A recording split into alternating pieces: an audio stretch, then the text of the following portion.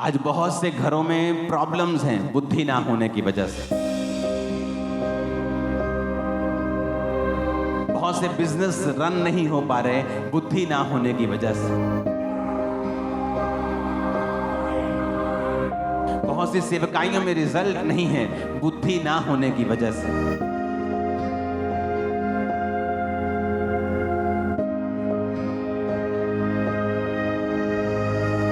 लोग बोलते हैं जितनी लिखी है उतनी लिखी है, लेकिन वचन इसका इनकार करता है। इसका मतलब आप अपनी आयु को क्या कर सकते हो? बुद्धि के द्वारा बढ़ा सकते हो।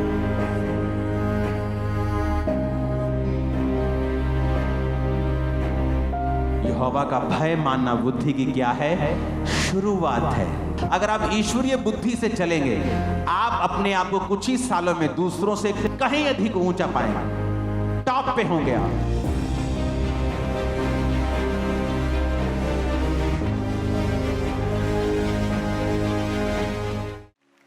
एक मिरेकल जो है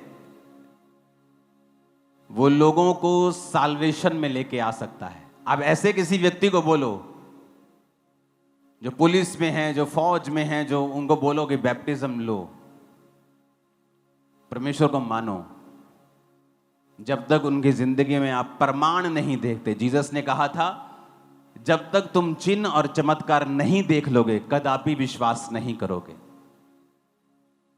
आप जानते हैं पौलुस, अगर आप यूरोप की साइड चले जाएं तो हर गली में वहां पे चर्च है, और अगर आप उसके प्रभाव को देखोगे तो उसका जब आप बीज देखोगे, उसका अंकुर देखोगे, बीज देखोगे, तो आपको पौलुस में नजर आएगा।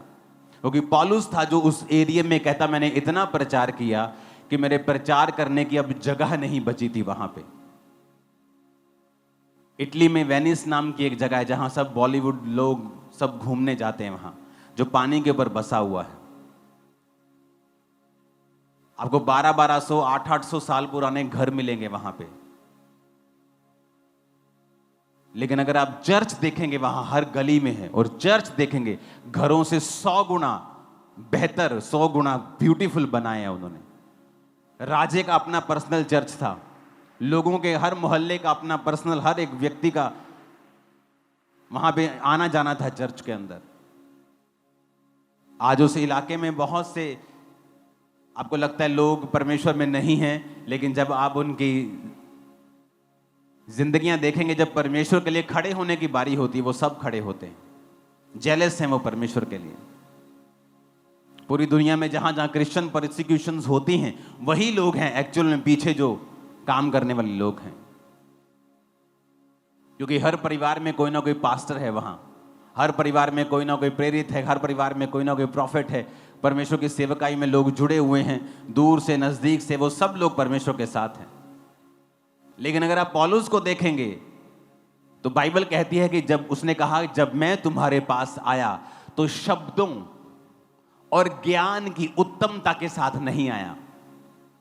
आज लोगों को लगता है कि अगर मेरे को शब्दों का बड़ा अच्छा ज्ञान होगा, मैं बड़ा अच्छा बोल सकता हूंगा, तो रूहें बच जाएंगी।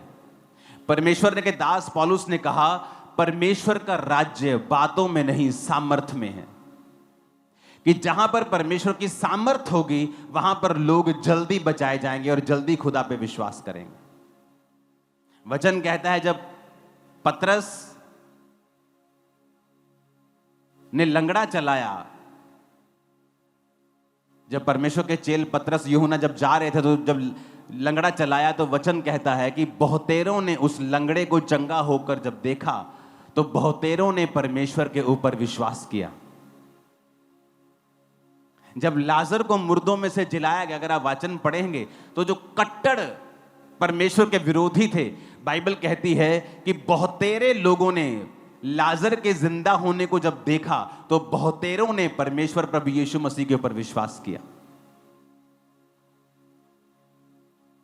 अगर आप बाइबल की गहरी स्टडी करेंगे तो बाइबल यह बताती है कि प्रभु यीशु मसीह ने जब अपने चेलों को भेजा था तो कहा था जाओ और बीमारों को चंगा करो। यह कमांड सब सेवकों के लिए है, लेकिन जब वो देखते हैं कि चंगाई नहीं हुई तो चंगियाई से अपना हाथ पीछे कर लेते हैं और वचन प्रचार करने लग जाते हैं। बोलते कि नहीं, ये चंगियाई जरूरी नहीं है उद्धार के लिए। चंगियाई जरूरी नहीं है उद्धार के लिए, लेकिन अगर ये वरदान आपके पास हो तो लोग 100 गुना जल्दी स्पीड से परमेश्वर में उद्धार को ग्रहण करते हैं। ये बैप्टिज्म लोगे? हाँ जी। पता लग गया परमेश्वर यीशु मसीह है? हाँ जी, लग गया पता। आप वचनों से समझाने की कोशिश करो। उसने भी 100 तरह की कहानियां अपने तरफ की सुनी होती हैं, आप भी उन्हें कहानियां सुनाते हैं। लेकिन बाइबल कहती है जब वचन का प्रचार आत्मा की सामर्थ्य से किया जाएगा तो लोगों के हृदय छिद जाएंगे और लोग परमेश्वर पर यकीन करेंगे। और आत्मा की सामर्थ्य आप में है, इस बात का प्रूफ यह होगा कि आप जब लोगों के लिए प्रार्थना करेंगे, परमेश्वर उनको शैतान से मुक्ति देगा। इसीलिए आप लोग देखते हैं कि जो लोग डिलीवरेंस मिनिस्ट्री में होते हैं वो इस डिलीवरेंस पे विश्वास करते हैं, चंगियाई पे विश्वास करते हैं, मिरेकल्स पे विश्वास करते हैं, डिलीवरेंस पे विश्वास करते हैं। लोग हमेशा उनका खिलाफत करते हैं। क्यों? क्योंकि शैतान को डिलीवरेंस मिनिस्ट्री से नफरत होती है। उसे पता है कि ये सेवकाइयां ऐसी हैं जो लोगों को प्रूफ कर देंगे कि परमेश्वर यीशु मसीह जीवित परमेश्वर है। इसीलिए प्रभु यीशु मसीह ने अपने चेलों को कहा था, जाओ और बीमारों को चंगा करो, लंगड़ों को चलाओ। लेकिन आज लोग आधा सुसमाचार दे रहे हैं, क्योंकि ये चीजें उनसे होती नहीं। जब होती नहीं तो वो इसको काट देते हैं। आप आधा सुसमाचार क्यों प्रचार कर रहे हैं? आप पूरा सुसमाचार प्रचार कीजिए। आप पापों के विषय में भी बताइए, आप उद्धार के विषय में भी बताइए, आप हीलिंग के विषय में जिसके लिए प्रभु यीशु मसीह ने कोड़े खाए हैं उसके बारे में भी बताइए। वो मिरेकल करता है उसके बारे में भी बताइए। शैतान भी मिरेकल करता है। शैतान जीसस क्राइस्ट के जैसे बड़ा मिरेकल नहीं करता। वो लंगड़ों को चला नहीं सकता है, वो चिन्ह चमत्कार दिखाता है, ओछे मिरेकल्स करता है। जैसे जब मूसा गया तो उन्होंने भी वही किया, उस लाठी को सांप बना दिया, ये कर दिया। लेकिन एक समय आया कि वो मूसा के जैसे मिरेकल्स नहीं कर सके, क्योंकि शैतान की पावर लिमिटेड है। आपके अंदर जो सामर्थ्य है वो अनलिमिटेड है। आप बड़े काम करेंगे, आपके बच्चे भी बड़े काम करेंगे। यीशु मसीह ने कहा शैतान को नहीं निकाल सकता है। अगर वो निकाले तो उसके घर में फूट पड़ गई। तो एक विश्वासी को यह बुद्धि होनी चाहिए। कौन कामयाब हुआ है बाइबल में? जिसके पास ईश्वरीय बुद्धि थी, डिवाइन विजडम। किनके पास थी डिवाइन विजडम? कि परमेश्वर के काम को, परमेश्वर की बुलाहट को, परमेश्वर की डिवाइन ईश्वरीय बुद्धि के साथ कंप्लीट करना। रूथ को देख लो, एस्तर को देख लो। जब यहूदियों के ऊपर दिक्कत आई और मोर्दके ने बताया एस्तर को कि अब सारे यहूदी मारे जाएंगे, तो एस्तर ने क्या किया? ईश्वरीय बुद्धि का प्रयोग किया कि रोजे रखो। सब लोग 3 दिन रात के रोजे रखेंगे, पिएंगे भी नहीं, कुछ ड्राई फास्टिंग करेंगे। क्या है ये? डिवाइन विजडम, ईश्वरीय बुद्धि। अगर उसके पास ईश्वरीय बुद्धि नहीं होती तो वो सोच विचार करती कि मैं राजे के पास जाती हूं, थोड़े सुंदर कपड़े डाल के जाती हूं, थोड़ा इसको प्यार से बहकाती हूं, शायद राजा मेरी बात मान जाए। तो हो सकता उसी वक्त वो भी मर जाती, क्योंकि वो भी एक यहूदी थी। पर उसने ईश्वरीय बुद्धि का प्रयोग किया। कई बार आप संसारिक बुद्धि का प्रयोग करने लगते हैं और भीख मांगने लगते हैं हेल्प की, और आप निराश होते हैं। आप संसारिक बुद्धि का प्रयोग करते हैं और सेवा चलाना चाहते हैं, आपकी ग्रोथ नहीं होती, बरकत नहीं होती, लोग बचते नहीं, पाप से मन नहीं फिराते। लेकिन जब आप ईश्वरीय बुद्धि को लेते हैं, उसने कहा ठीक है हम 3 दिन रात के रोजे रखेंगे। 3 दिन रात के रोजों में क्या हुआ? राजे को नींद नहीं आई। कहता नींद नहीं आई, पुस्तक मंगवाओ, पुस्तक मंगवा के पढ़ाओ, मुझे क्या हुआ मेरे राज्य में। पुस्तक में लिखा था कि तेरी जान को किसी ने बचाया। कहता है मेरी जान को किसी ने बचाया? तो उसको क्या दिया तुम लोगों ने? कुछ नहीं दिया। कहता है यार ये बड़ी गलत बात की तुमने, किसी ने मेरी जान बचा दी इतनी बड़ी, और तुम लोगों ने अभी तक उसके साथ कुछ नहीं किया। जाओ बुलाओ, मैं उसका आदर करूंगा। कौन था वो? मोर्दके। राजा को नींद ना आना, जो सब प्रकार की शराब, सब प्रकार का मादक पदार्थ यूज करते हैं, उनको तो वैसे ही नींद आ जाती थी। लेकिन ये रोजे थे, ईश्वरीय बुद्धि से किया गया कार्य था कि उसको नींद नहीं आई। आप घर चलाना चाहते हैं, बिजनेस चलाना चाहते हैं, एक है शारीरिक बुद्धि जो अच्छी है, परमेश्वर देता है किसी को। लेकिन कई कई बार जो परमेश्वर की बुद्धि है वो शारीरिक बुद्धि के ऊपर ओवरकम कर जाती है, और कई बार शारीरिक बुद्धि काम नहीं आती, और वहां पर हमें ईश्वरीय बुद्धि का प्रयोग करना होता है। सेवा को बढ़ाने के लिए शारीरिक बुद्धि नहीं चाहिए। पौलुस कहता है, मैं वचन और ज्ञान की उत्तमता के साथ नहीं आया तुम्हारे पास। कहीं कहीं वो ये भी लिखता है कि मैं तुम्हें 10,000 बातें बोल सकता हूं, लेकिन परमेश्वर का राज्य बातों में नहीं है, सामर्थ्य में है। अगर तुम लंगड़े चला सकते हो, तुम 10,000 लाइन मत बोलो, 10 लाइन बोल के 10 लंगड़े चला दो, 10,000 लोग आ जाएंगे परमेश्वर में, मैं आपको बता रहा हूं। तुम इतना ही बोल दो, जीसस क्राइस्ट उद्धार करता है, वो मुक्ति दाता है, उसने हमारे पापों के लिए ये किया, हमारी चंगाई के लिए ये। आप ऐसे ही बोल के हीलिंग्स कर दो, डिलीवरेंस कर दो, मिरेकल्स कर दो, लोग परमेश्वर को ग्रहण कर लेंगे। आप 10,000 बातें बोलते हैं, लोगों ने भी 20,000 सुनी होती हैं, तो टाइम लगता है, क्योंकि आपका प्रचार बिना सामर्थ्य के है। बहुत से लोग हैं, आप अकेला प्रचार करना चाहते हैं, करें, लेकिन सामर्थ्य के साथ करें, अभिषेक के साथ करें। हालेलुया। क्यों सामर्थी लोग जवाब नहीं देते लोगों को? उसका रीजन है, जो खाली है वो तो खाली है, उसे पता है कि मैंने सिर्फ जाके प्रचार करना है, उसको किसी सामर्थ्य की जरूरत नहीं। लेकिन जो भरा हुआ है उसे मालूम है, अगर मैं फालतू चीजों में पढ़ूंगा तो मैं प्रार्थना कैसे करूंगा, प्रार्थना में डिस्टर्ब रहूंगा, तो मुझे तो काम करने हैं, मुझे तो प्रैक्टिकल करना है, तो वो प्रेयर में रहता है, वो सामर्थ्य इकट्ठी करने में रहता है, क्योंकि उसे पता है कि परमेश्वर का राज्य सामर्थ्य में है। उसे पता है अगर मैं प्रेयर कम करूंगा तो सामर्थ्य कम होगी, वो प्रेयर करने में लगा रहता है। इसीलिए सामर्थी लोग बहुत कम लोगों को जवाब देते हैं। कितने मेरी बात को समझ रहे हैं? क्योंकि उन्हें पता है परमेश्वर का राज्य सामर्थ्य में है। जीसस ने कहा, जाओ और लंगड़ों को चलाओ। कौन है जो आज उसकी आज्ञा को पूरा कर रहा है? हम आधा अधूरा सुसमाचार सुनाते हैं, और दूसरी बात जो अच्छा सुना रहे हैं उनके भी खिलाफ चलते हैं। तो परमेश्वर ने क्या कहा?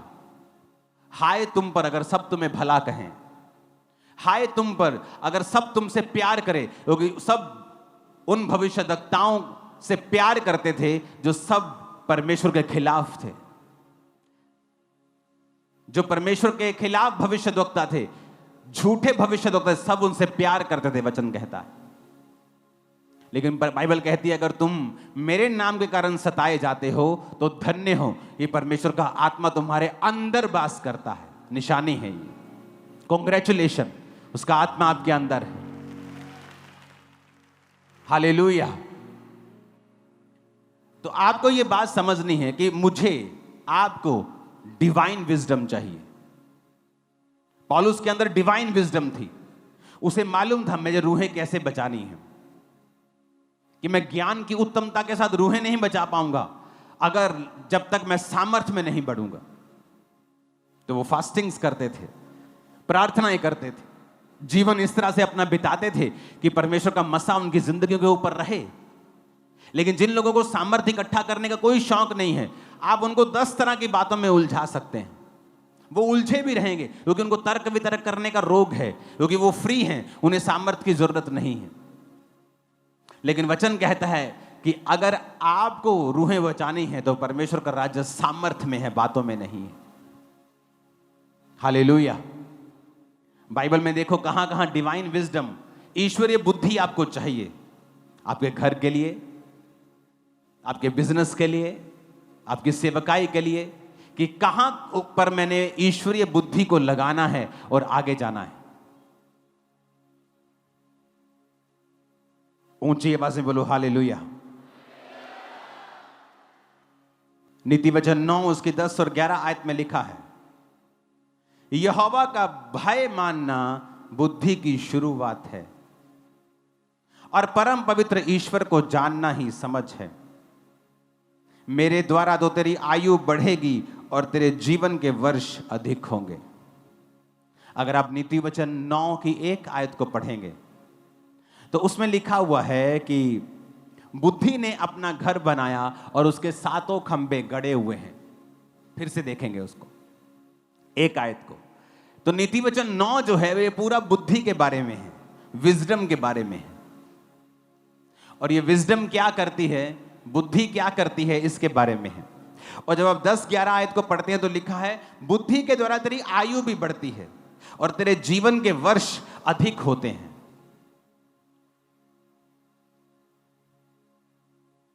लोग बोलते हैं जितनी लिखी है उतनी लिखी है। तुम अपनी आयु में कुछ बढ़ा घटा नहीं सकते, लेकिन वचन इसका इनकार करता है। वचन क्या कहता है 11 आयत में, मेरे द्वारा, यानी बुद्धि के द्वारा, सब बोलेंगे बुद्धि के द्वारा। मैं 1 2 3 बोलूंगा, आप बोलेंगे बुद्धि, मेरे द्वारा नहीं बुद्धि द्वारा बोलेंगे। 1 2 3।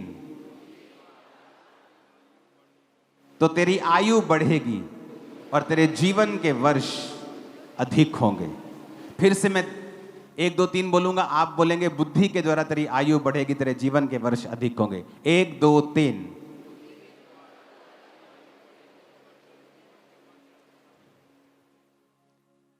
क्या कहता है वचन कि बुद्धि के द्वारा तेरी आयु बढ़ेगी और तेरे जीवन के वर्ष क्या होंगे, अधिक होंगे।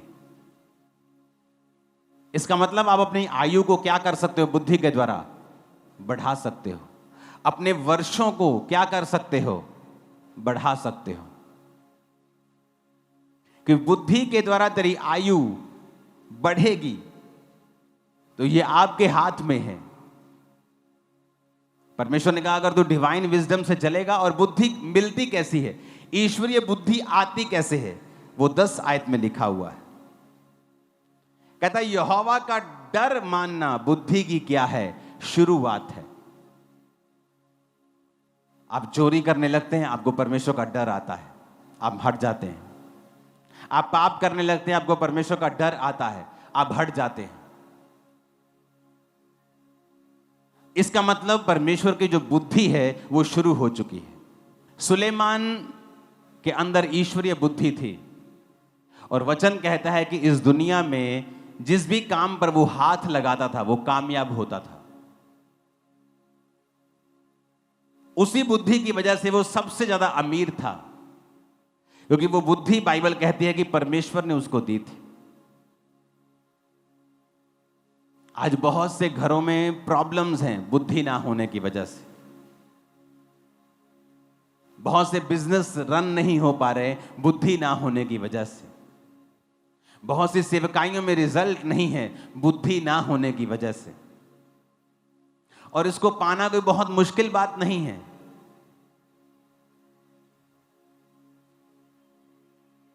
उसका पहला काम है, उसने कहा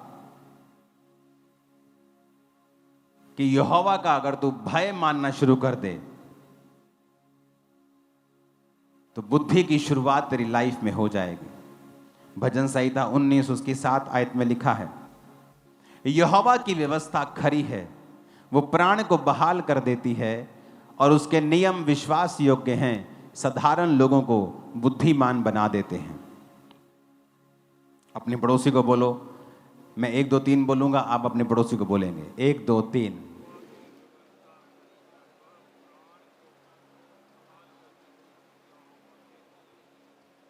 क्या करती हैं वो, साधारण लोगों को क्या करती हैं, क्या चीज, यहोवा की व्यवस्था, यानी परमेश्वर का वचन। अगर आपको परमेश्वर की बुद्धि है, आप इस दुनिया में कामयाब हो सकते हैं, सेवकाई में कामयाब हो सकते हैं, कि आप बुद्धि से चल रहे हैं। ईश्वरीय बुद्धि जो परमेश्वर ने आपको दी है। आपकी सांसारिक बुद्धि तो कुछ कह रही है, लेकिन ईश्वरीय बुद्धि कुछ और कह रही है। आपकी सांसारिक बुद्धि क्या कह रही है, मैं इसको बताता हूं अभी, लेकिन ईश्वरीय बुद्धि क्या कह रही है, वचन में लिखा है कि तू अपना पलटा खुद मत लेना। यहोवा के क्रोध को अवसर देना, वही तुम्हारा पलटा लेगा। यह ईश्वरीय बुद्धि है। सांसारिक बुद्धि क्या है, मैं इसको बताता हूं। ये मेरे खिलाफ बोलता है, इसको बताता हूं मैं। ईश्वरीय बुद्धि क्या है, तू अपना पलटा खुद ना लेना। सांसारिक बुद्धि है कि मैं इसका इनडायरेक्ट कोई नुकसान करता हूं। ईश्वरीय बुद्धि है कि पलटा लेना परमेश्वर ने कहा मेरा काम है। तो हर एक चीज में जब आप ईश्वरीय बुद्धि को अप्लाई करना शुरू कर देते हैं, आपकी लाइफ ऑटोमेटिकली दूसरों से कहीं अधिक अलग और ऊंची नजर आती है कुछ ही सालों में। और जितना आप प्रैक्टिकल करते जाते हैं, आप देखते हैं कि आपने परमेश्वर के वचन को माना। बुद्धि तो कुछ और कहती थी, लेकिन बाइबल की बुद्धि, ईश्वरीय बुद्धि कुछ और कहती थी। और जब मैंने इसको माना तो मेरी लाइफ में यह रिजल्ट आया। यूसुफ के भाई कुछ और थे, यूसुफ कुछ और था, क्योंकि वो ईश्वरीय बुद्धि से चल रहा था। जब वो गड्ढे में गया और बिक गया, और जब पोतीफर के घर में नौकरी करने लगा, उसी ईश्वरीय बुद्धि के कारण जो उसके अंदर थी, परमेश्वर ने उसको वहां भी ब्लेस किया। वो जेल में चला गया, उसी बुद्धि के कारण परमेश्वर ने उसे वहां भी ब्लेस किया। लिखा वो भाग्यवान पुरुष हो गया। इतनी मुसीबतों के बावजूद भी बाइबल उसे भाग्यवान पुरुष कह रही थी। और उसी बुद्धि के कारण उसने राजा के स्वप्नों को बताया। उसी बुद्धि के कारण वो प्रधानमंत्री की पोस्ट तक पहुंच गया। तो आपके पास दो चॉइस होते हैं। अगर आप सांसारिक रीति से चलना चाहते हैं या आप ईश्वरीय रीति से चलना चाहते हैं। अगर आप ईश्वरीय बुद्धि से चलेंगे, आप अपने आप को कुछ ही सालों में दूसरों से कहीं अधिक ऊंचा पाएंगे, टॉप पे होंगे आप। मैं आपको बता रहा हूं, बशर्ते आप अपनी बुद्धि से नहीं, आप परमेश्वर की बुद्धि से चलें। और कैसे शुरुआत होती है इसकी? यहोवा का भय मानना बुद्धि की क्या है? शुरुआत है। आप निंदा करने में घबराते नहीं, आपके अंदर परमेश्वर की बुद्धि नहीं है। आप चुगली करने समय घबराते नहीं, आपके अंदर परमेश्वर की बुद्धि नहीं है। आप सांसारिक रीति से बहुत बुद्धिमान हो सकते हैं, लेकिन ईश्वरीय रीति से आप बिल्कुल भी बुद्धिमान नहीं हैं। वचन कहता है कि यहोवा की व्यवस्था खरी है, प्राणों को बहाल करती है, उसके नियम विश्वास योग्य हैं, साधारण लोगों को बुद्धिमान बना देते हैं। अगर आपके अंदर परमेश्वर की बुद्धि नहीं तो आप पा सकते हैं। पहला काम, परमेश्वर से डरना, पाप ना करना। दूसरा काम, परमेश्वर के वचनों को रोज पढ़ना। नीति वचन 2 उसकी 3 से 6 में लिखा है, यदि तू प्रवीणता और समझ के लिए अति यत्न से पुकारे, उसको चांदी के समान ढूंढे, गुप्त धन के समान उसकी खोज में लगा रहे, तो यहोवा के भय को तू समझेगा और परमेश्वर का ज्ञान तुझे प्राप्त होगा। पुकारना, याकूब उसकी 1:5 में लिखा है, अगर तेरे पास बुद्धि की कमी है तो प्रभु से मांग, वो बिना उलाहना दिए सबको उदारता से देता है और उसको दी जाएगी। और इससे पहले अगर आप 1 से 4 आयत पढ़ेंगे तो वहां पर परीक्षाओं का जिक्र है, जहां वो कह रहा है कि परीक्षा में तू अपने धीरज को संभाल के रख। फिर कह रहा है कि बुद्धि को मांग, क्योंकि जब आपके अंदर परमेश्वर की बुद्धि होती है, आप परीक्षा में स्थिर रह सकते हैं। जब दानियेल के जीवन में परीक्षा आई, परमेश्वर में सही चलने के बावजूद भी उसे बंदी बनाकर ले जाया गया, फिर भी उसने परमेश्वर की बुद्धि को नहीं छोड़ा और कहा, मैं ये खाना नहीं खाऊंगा जो बाइबल के वचनों के खिलाफ है। और बाइबल कहती है उसने वो खाना नहीं खाया।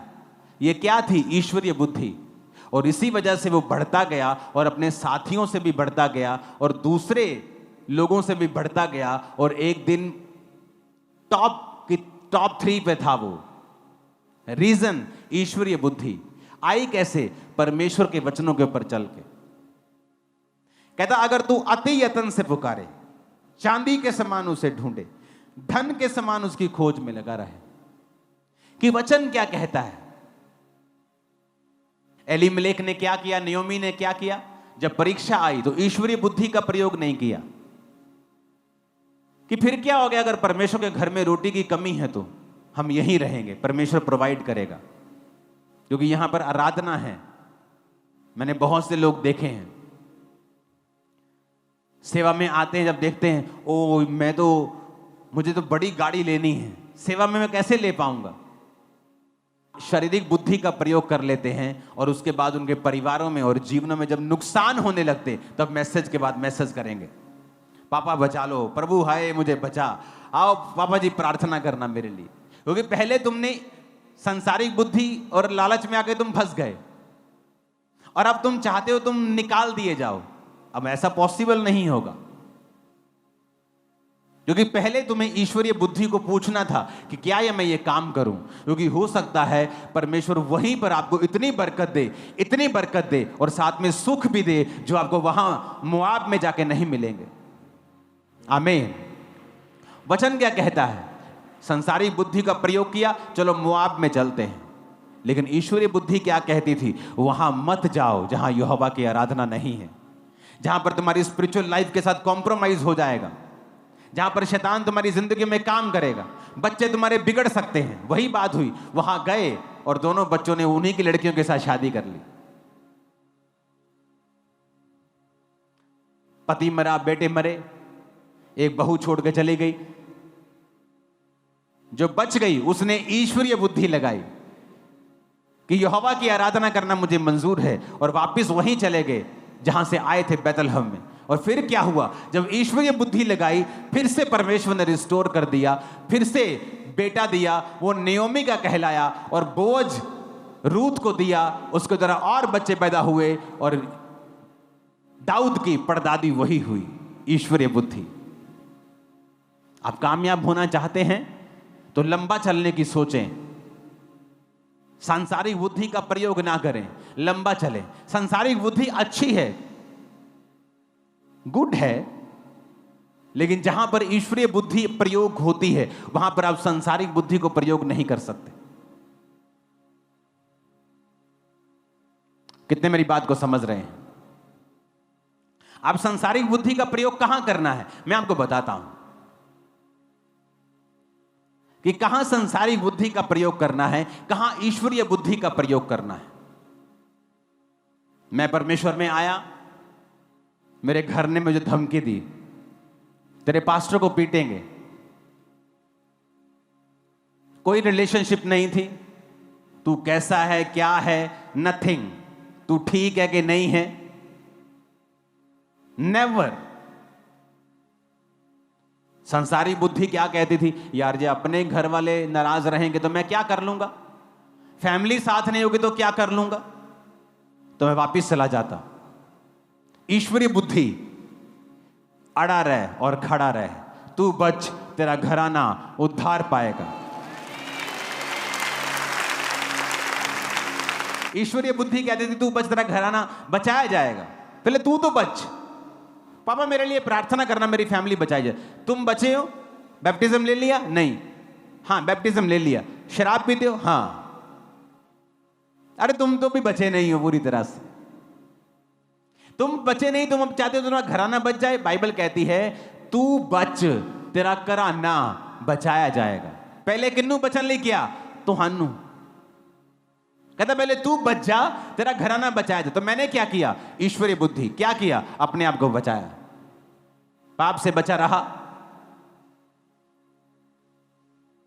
हर तरह के गलत काम से बचा रहा, नहीं गिरा परमेश्वर में आके, अपना मन परमेश्वर की ओर लगाए रहा, बचा खुद, अपने मम्मी को, डैडी को, ब्रदर की वाइफ, पूरी फैमिली को ऑलमोस्ट मैंने बपतिस्मा दिया। उसके बाद पूरी फैमिली को। सांसारिक बुद्धि सेम मेरे दोस्त के साथ हुआ। उसकी फैमिली ने उसे बुलाया बिठाया और कहा कि बेटा ये 2 शॉप्स हैं, 2 दुकानें हैं, घर है, इतना हम कमाते हैं, अगर तुझे चर्च चुनना है तो तेरे को प्रॉपर्टी में हम हिस्सा नहीं देंगे, तेरी शादी नहीं करेंगे। कुछ लोग शादी पता क्यों करते हैं? क्योंकि उन्हें नीड है उनकी बॉडी को। उसने शादी करेंगे तो हर वक्त बस हम घूमते फिरते रहेंगे, एंजॉय करेंगे। शादी इस चीज के लिए नहीं होनी चाहिए। उसे लगा यार सारी चीजें सही आ रही हैं, फैमिली भी है, मैरिज भी हो जाएगी, प्रॉपर्टी, दुकान सब है यार, और बुद्धि सांसारिक भी चाहिए थोड़ी बहुत और ईश्वरीय बहुत चाहिए आपको। वो चला गया, हट गया परमेश्वर से। या तो फिर बिल्कुल ही उल्टा कर दिया, एक दिन आ गया घर छोड़ के, कहता मैंने घर छोड़ दिया, मैंने नहीं जाना। हमने कहा यह भी गलत है, यह भी गलत है। उसको बैलेंस बनाना नहीं आया अपनी लाइफ में। गया तो वापस गया तो फिर पूरी तरह परमेश्वर को छोड़ दिया, प्रेशर में आ गया।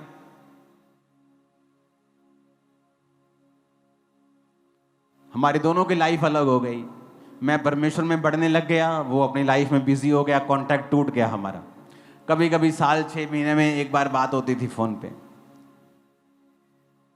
समय आया, उसका भाई जवान मर गया, 10 गुना उससे अधिक समझदार, और एक ही भाई। उसकी मम्मी मर गई, उसका डैडी मर गया, जवान, सब जवान थे। मैरिड लाइफ डिस्टर्ब, क्योंकि सांसारिक बुद्धि, ईश्वरीय बुद्धि लगाता तो मैं आपको ये प्रॉमिस करता हूं, ये कभी ना होता। ना भाई मरता, ना मां मरती, ना बाप मरता, तीनों जिंदा होते। परमेश्वर ने मारा? नहीं, क्योंकि शैतान देखता है कि मैं जो इसके परिवार में बैड न्यूज देने वाला हूं, जो मैं इसके परिवार की पूरी तरह से भखिया उधेड़ने वाला हूं, ये हो नहीं पाएगा अगर ये परमेश्वर में रहेगा। तो वो क्या करता है, जिनकी वो गिच्ची दबाने वाला है, उन्हीं के द्वारा वो विरोध करवाता है। जिसको शैतान ने नाश करना होता है, उसी के द्वारा वो विरोध करवाता है उस बंदे का जो परमेश्वर में होता है। और अगर वो बंदा विरोध से घबराता नहीं है तो वो उन्हीं लोगों को बचाता है जो विरोध कर रहे होते हैं। इसीलिए कहा जाता है जब आपका परिवार, आपके लोग आपका विरोध करें तो परमेश्वर उन्हीं को बचाएगा। बस अड़े रहो, खड़े रहो, कुछ दिन दुखों में सह लो, बाद में तुम आनंदित भी होंगे, खुश भी होंगे। ये थी ईश्वरीय बुद्धि, कहां प्रयोग करनी है। अब सांसारिक बुद्धि भी है। अगर सांसारिक बुद्धि है तो मुझे आपके बीच में आकर आपको समझाना पड़ेगा, नहीं तो आप अपने आप अगर समझते हो तो समझ जाना। सांसारिक बुद्धि क्या कहती है? कोई मोटा बंदा है हमारे बीच में, हैवी, पतला बंदा, आजा भी, पतला बंदा आजा। ये देख रहे मेरा भाई, दिख रहा है कितना भार है? 60 किलो? कितना है? 50 किलो होगा। 50 किलो। अब परमेश्वर ने आपको बनाया, अगर ये 50 किलो का है, इसका जो हार्ट है वो उतना ही है। और जो मोटा बंदा है हमारे बीच में, हम खड़ा नहीं करते, कोई नहीं खड़ा नहीं कर देता, चिंता ना कर उसका हार्ट भी उतना ही है। समझ गए? बहुत से लोग आज प्रेयर लाइन में खड़े होंगे, घुटनों में तकलीफ है। आपके घुटने एक टायर की तरह हैं। ऑटो देखा है ना, एल्टो कार देखिए, छोटे छोटे टायर होते हैं, वो उसके लिए बने। अगर वही टायर मैं ट्रक पे लगा दूंगा तो क्या होगा? ट्रक चल जाएगा। ऐसा नहीं कि चलेगा नहीं, चलेगा। थोड़ी देर के बाद रिम टेढ़े होने शुरू हो जाएंगे, टायर पंचर होना शुरू हो जाएगा। फिर आप प्रेयर लाइन में खड़े होंगे, पास्टर जी घुटने ते दुआ करियो, बहुत दर्द कर दे। भार कितना भैन जी? 100 किलो। भैन जी भार कितना? 80 किलो। ते भैन जी का भार कितना चाहिए?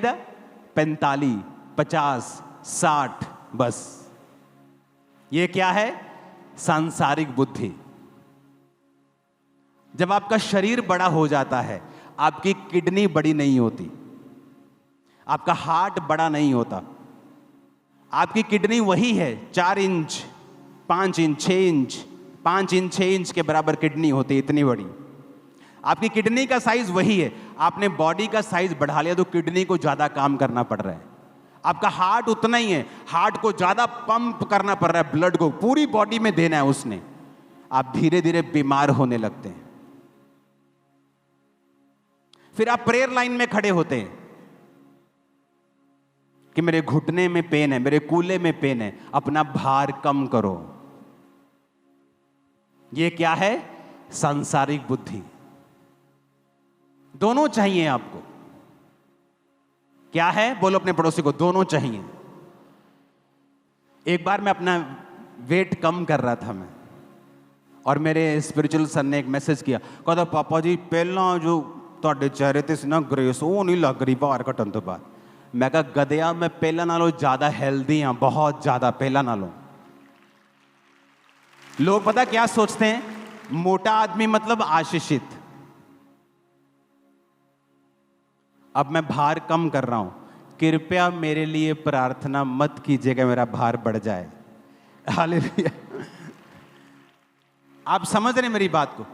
हार्ट उतना ही है, किडनी वही है, उसका साइज नहीं बढ़ेगा। किडनी नहीं देखती कि अच्छा बंदा 70 का 100 किलो हो गया तो मैं बड़ी हो जाऊं, ज्यादा काम। किडनी वही रहेगी, हार्ट वही रहेगा, लिवर वही रहेगा। आपने शरीर बड़ा कर लिया। आपके पास एक कमरे का, एक बेडरूम, एक किचन का घर था, आपकी नौकरानी रोज काम वाली आती थी, सफाई करती थी। आपने घर बड़ा ले लिया, पर स्टाफ वही है एक। वो कब तक काम करेगा? एक दिन थक जाएगा और छुट्टी कर लेगा। ये नहीं कि काम होगा नहीं, होगा, लंबा नहीं होगा। आप दुनिया में 99% ये देख लो, जितने लोग लंबा जिए हैं सारे पतले लोग मिलेंगे आपको, मोटा कोई नहीं मिलेगा। 99%। अगर आप स्टडी देखेंगे तो 20 साल से लेके 7 साल उम्र कम हो जाती है जो व्यक्ति मोटे हैं। ये सांसारिक बुद्धि है। अब मैं आपको ईश्वरीय बुद्धि सिखा दी, अब मैं सांसारिक भी सिखा रहा हूं। आपके पास दोनों होनी चाहिए। आमीन। पहले के लोग क्या खाते थे? वो बाजरा भी खाते थे, वो रागी भी खाते थे, कुतरे का आटा भी खाते थे, ज्वार भी खाते थे। आज के लोग क्या खाते? सिर्फ गेहूं, इसलिए वो बीमार हैं। परमेश्वर ने सारी चीजें बनाई। अगर आप लगातार एक ही खाना खाओगे तो परमेश्वर भी आपको बीमार होने से रोक नहीं सकता। आप रोज आटा, रोज चावल खाओगे, आप कभी हेल्दी नहीं रह सकते। आपको चेंज करना होता है। यह क्या है? सांसारिक बुद्धि। लेकिन जो ईश्वरीय बुद्धि है वो सबसे टॉप के ऊपर है। अगर वो है, आप कामयाब हो। आमीन। अब टायर तो छोटे छोटे हैं, पर मैंने ऑटो का टायर लिया और ट्रक पे लगा दिया, तो घुटना क्या करेगा? अगर भार 150 किलो हो गया तो वो तो मारेगा चिक्के, वो तो बोलेगा भाई साहब कुछ सोचो, साडा भी कुछ सोच लो भाजी, कटाओ अपने आप नो। आमीन। तो परमेश्वर ने ये बुद्धि दी है, इसलिए उसने आदम को एक अदन के बाग में रखा था और उसने कहा था यहां पर तू रहेगा और काम करेगा। आज कितने लोग हैं जो शारीरिक काम कर रहे हैं? तो बिजी रखो अपने आप को अगर हेल्दी रहना है तो। आमीन। बोलो अपने पड़ोसी को, ये है सांसारिक बुद्धि। अपने पड़ोसी को बोलो, ये थी सांसारिक बुद्धि। आप गूगल सर्च कर लो, दुनिया में 99% आपको मिलेगा जो लोग पतले हैं वही लंबा जिए। 99%। 7 साल 13 साल 20 साल उम्र कम हो जाती है जब आप ओवरवेट हैं तो, क्योंकि आपका हार्ट, आपकी किडनी, आपके ऑर्गन्स वो बड़े नहीं होते जब आपकी बॉडी बड़ी होती है। और अगर आप एक्सरसाइज नहीं करेंगे, खाना चेंज नहीं करेंगे, तो बीमारी से आप बाउंड हैं, ये कोई रोक नहीं सकता। इसलिए परमेश्वर ने कहा बुद्धि भी प्राप्त कर, समझ भी प्राप्त कर। सांसारिक बुद्धि भी तेरे पास हो, आत्मिक बुद्धि भी तेरे पास हो। तो अब क्या करेंगे? आप प्रेयर लाइन में खड़े होंगे, मेरे घुटने पे प्रार्थना करो, और आपको नहीं मालूम आपको अपना वेट कंट्रोल करना है। पहले जाओ हीलिंग लो और अपना वेट कम करो, आपके घुटने पे वेट कम डालो, आपके हार्ट को कम काम करना पड़े, आपकी किडनी को कम काम करना पड़े, उसको इजी करो। आपने एक कमरे का घर लिया, एक स्टाफ रखा, अब 5 कमरे का घर है और स्टाफ एक ही है, कब तक चलाओगे उसे? थक जाएगा वो, थक जाएगा वो, टायर्ड हो जाएंगे, आपकी किडनी, आपका लीवर थक जाएगा काम करते, ओवर वर्क करते करते करते करते जवाब दे जाएगा। हालेलुया। तो संसारिक बुद्धि भी चाहिए और ईश्वरीय बुद्धि भी चाहिए, कि जहां ईश्वरीय बुद्धि लगानी है, परमेश्वर का कोई काम है, जैसे परमेश्वर के लिए स्टैंड लेना है, मैं ईश्वरीय बुद्धि लगाऊंगा। आमीन। सुलेमान क्यों अमीर था? बाइबल कहती है उसे सब प्रकार की सांसारिक और आत्मिक नॉलेज थी। उसे घोड़ों के बारे में मालूम था, मछलियों के बारे में मालूम था, हर चीज के बारे में उसे पता था। और किसने सिखाया? परमेश्वर के भय ने, डर ने। परमेश्वर का डर बुद्धि की क्या है? शुरुआत है। आमीन। फिर से अपने पड़ोसी को बोलो, प्रभु का डर मानना बुद्धि की शुरुआत है। फिर से बोलो अपने पड़ोसी को। आमीन, आमीन। कितने इन बात को समझ रहे हैं कि आपको दोनों बुद्धि चाहिए परमेश्वर में आगे बढ़ने के लिए? ईश्वरीय बुद्धि कि परमेश्वर का वचन मुझे इस विषय में क्या कहता है, क्या वो मुझे अलाउ करता है कि मैं ये काम करूं? संसारिक बुद्धि क्या कहती है और परमेश्वर की बुद्धि क्या कहती? वो कामयाब हैं जो परमेश्वर की बुद्धि से चले और चलते रहेंगे, वो हमेशा टॉप पे रहेंगे। याद रखना इस बात को।